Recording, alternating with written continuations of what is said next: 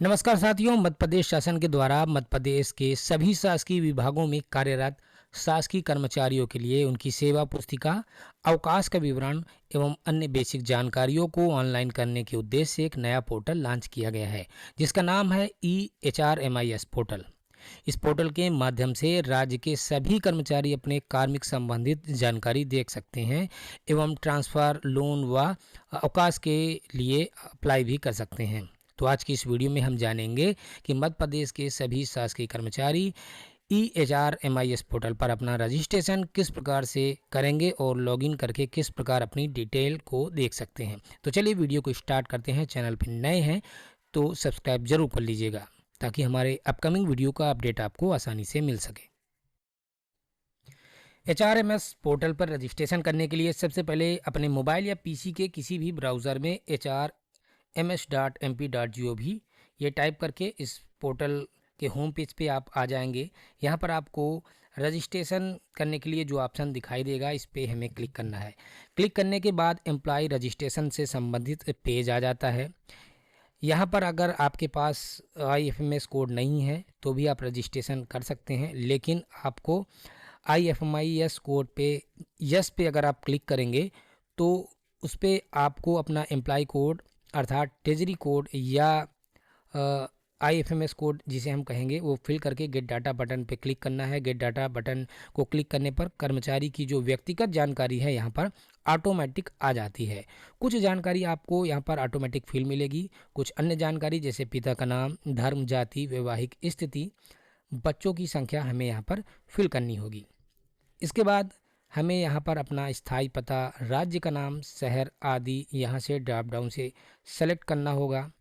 Employ अगर दिव्यांग है तो उसकी भी जानकारी हमें यहाँ पर फिलअप करनी होगी।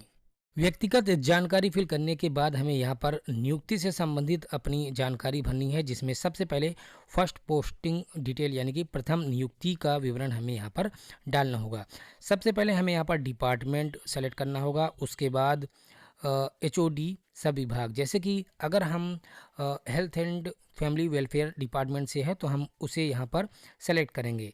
सपोज़ यहाँ पर हमें एक रेडियोग्राफर की नियुक्ति से संबंधित डिटेल डालनी है तो हमें यहाँ पर इस डिपार्टमेंट वाले ऑप्शन से department of health and family welfare इस डिपार्टमेंट को सेलेक्ट कर लेना है। तो यहाँ पर हम इस ड्रॉप डाउन से department of health and family welfare को सिलेक्ट करेंगे।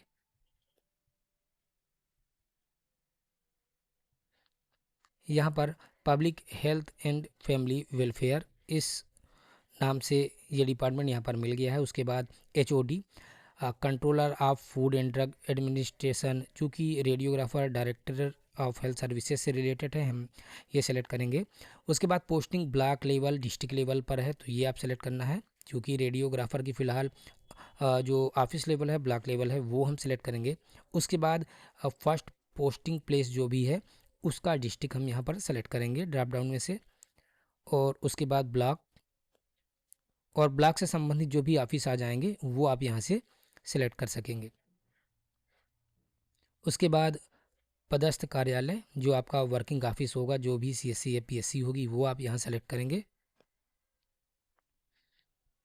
अपॉइंटमेंट जिस कैटेगरी से हुई है तो उसका भी आपको यहाँ पर ऑप्शन मिल जाएगा, तो जिस कैटेगरी से आप बिलोंग करते हैं वो आप सेलेक्ट करेंगे।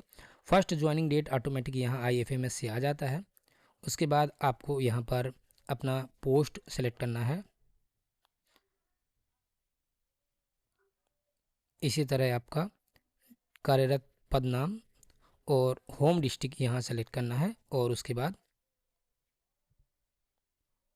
Home block. इस तरह से आपको फर्स्ट जो भी ज्वाइनिंग डिटेल है वहाँ पर आपको फिल करनी है। फर्स्ट पोस्टिंग डिटेल के बाद आपको करंट पोस्टिंग डिटेल फिल करनी होगी।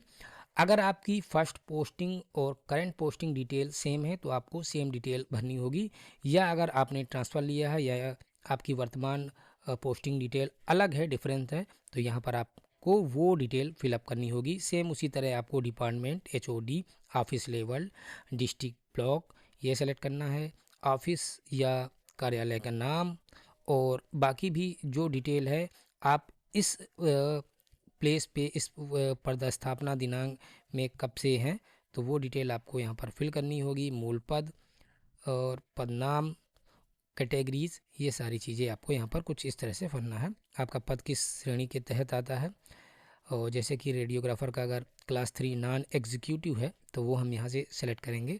उसके बाद स्पेशलाइजेशन में जैसे कि रेडियोग्राफर ही हमें सेलेक्ट करना है। अगर अदर पैरामेडिकल है या अलग डिपार्टमेंट से है तो उस तरह के ऑप्शन यहाँ पर आपको देखने को मिलेंगे। ये आप फिल करने के बाद अथेंटिकेट यानी कि गेट OTP वाले ऑप्शन पे क्लिक करेंगे और आपका OTP जब आ जाएगा आप इसे सबमिट कर देंगे। सबमिट करने के बाद आपका ये जो first page of registration clear हो जाता है। उसके बाद आपकी जब आईडी अप्रूवल होती है तो आपका यूज़र आईडी आपके मेल और मोबाइल पे मिल जाता है। यहाँ पर आप रजिस्ट्रेशन के तुरंत बाद लॉगिन नहीं कर पाएंगे। जब आपकी आईडी अप्रूव हो जाएगी उसके बाद ही आप यहाँ पर लॉगिन कर सकेंगे। आप लॉगिन यहाँ पर मोबाइल नंबर के सिंपल OTP के द्वारा या अपने यूज़र आईडी और पासवर्ड के द्वारा कर पाएंगे। तो इस तरह से जैसे हमारी आईडी अप्रूव होने के बाद अगर हमने OTP के माध्यम से लॉगिन किया तो यहाँ पर आपका नाम दिखाई देगा, आपकी HOD वगैरह डिटेल यहाँ दिखाई देगी। डैशबोर्ड में आपको इस तरह से आपकी डिटेल जो आपने यहाँ पर फिलअप किया है वो दिखाई देगी। और व्यू माई सर्विस बुक स्टेटस में जब आप क्लिक करेंगे तो यहाँ पर आपको एम्प्लॉई ऑन बोर्डेड का ऑप्शन दिखाई देगा, इस पर ग्रीन टिक होगा। बाकी ऑप्शन जो है अभी ग्रे होंगे, यानी कि अभी कंप्लीट होने में आपको इस पर कुछ स्टेप्स को फॉलो करने होंगे। यहाँ पर आपने जो भी डिटेल रजिस्ट्रेशन के टाइम फिलअप की थी, यानी कि बेसिक डिटेल, फर्स्ट ज्वाइनिंग और करंट पोस्टिंग, ये डिटेल आप फिर एडिट भी कर सकते हैं। अगर आपने कुछ यहाँ पर गलत फिल कर दिया है तो आप एडिट प्रोफाइल में जाके ये डिटेल को अपनी करेक्ट कर सकते हैं। यहाँ पर देखिए प्रोफाइल के नीचे अपडेट डिटेल का ऑप्शन दिया है। जैसे ही आप यहाँ पर क्लिक करते हैं एडिट ऑन बोर्डेड डिटेल का ऑप्शन आपको दिखाई दी जाएगा। अब यहाँ पर ड्यूरिंग रजिस्ट्रेशन IFMS के अलावा जो डाटा आपने स्वयं फिल किया था, जैसे कि मैरिटल स्टेटस, बच्चों की संख्या, ज्वाइनिंग से रिलेटेड डिटेल, उसे आप करेक्शन के लिए यहाँ अप्लाई कर सकते हैं और अपडेट बटन पे क्लिक करके इसे रिक्वेस्ट कर सकते हैं। एम्प्लॉय ऑनबोर्डेड के फर्स्ट स्टेप के बाद हमारी डिटेल इंचार्ज क्लर्क द्वारा फिल की जाती है, जिसमें सर्विस बुक के पेज की PDF कॉपी अपलोड करनी होती है। ट्रांसफ़र, एजुकेशन, फैमिली डिटेल संबंधित जानकारी फिल करने के बाद हमें चेक करना होगा, जिसे एम्प्लॉय को यानी हमें सेल्फ वेरीफाई करके सेकंड स्टेप में कंप्लीट करना होता है। तो आप देख सकते हैं ये सारी डिटेल हमने देख ली है। उसके बाद हम सेल्फ वेरीफाई करेंगे। यहाँ पर रिप्लाई बाय क्लर्क दिया है, क्लिक टू वेरीफाई प्रोफाइल पे हमें क्लिक करना होगा। नीचे की ओर स्क्रॉल करेंगे हम और यहाँ पर ये सारी डिटेल को हमें चेक करने के बाद सेल्फ वेरीफाइड इस बटन पे क्लिक करना होगा। इस तरह से हमारा ये सेकंड स्टेप भी कंप्लीट हो जाता है, जिसे हम व्यू माई सर्विस बुक स्टेटस पे जाके चेक कर सकते हैं। आप इस तरह से क्लिक करेंगे व्यू माई ई सर्विस बुक स्टेटस, आप देखेंगे कि हमारा सेकंड स्टेप यानी सेल्फ वेरीफाइड बाय एम्प्लॉय हो चुका है। इसके बाद ये फाइल अप्रूवल के लिए अप्रूवर के पास चली जाती है और जब आप फाइनली ये अप्रूवर से अप्रूव हो जाती है, आप इसे लॉगिन करके देखेंगे कि आपके सारे स्टेप्स कंप्लीट हो चुके हैं। इन सारे जो प्रोसेस है इसका मैसेज आपको समय समय पे मोबाइल और ईमेल पे मिलता रहेगा और इस तरह से आपकी जो सर्विस बुक कंप्लीट हो चुकी है। व्यू माई सर्विस बुक में आप अपनी डिटेल को इस तरह से देख सकते हैं। तो इस तरह से आपकी ई सर्विस बुक कंप्लीट हो जाती है। ये पोर्टल अभी और डेवलप हो रहा है। भविष्य में इस पोर्टल के माध्यम से ही ट्रांसफ़र के आवेदन स्वीकार किए जाएंगे। साथ ही अवकाश संबंधित या लोन संबंधित भी इसमें अपडेशन आने वाला है। आशा करता हूँ ये वीडियो आपको पसंद आया होगा। हमारे वीडियो को लाइक, चैनल को सब्सक्राइब और अपने दोस्तों के बीच शेयर करना मत भूलें। हम फिर मिलते हैं किसी नए टॉपिक के साथ। आपका दिन शुभ रहे। धन्यवाद।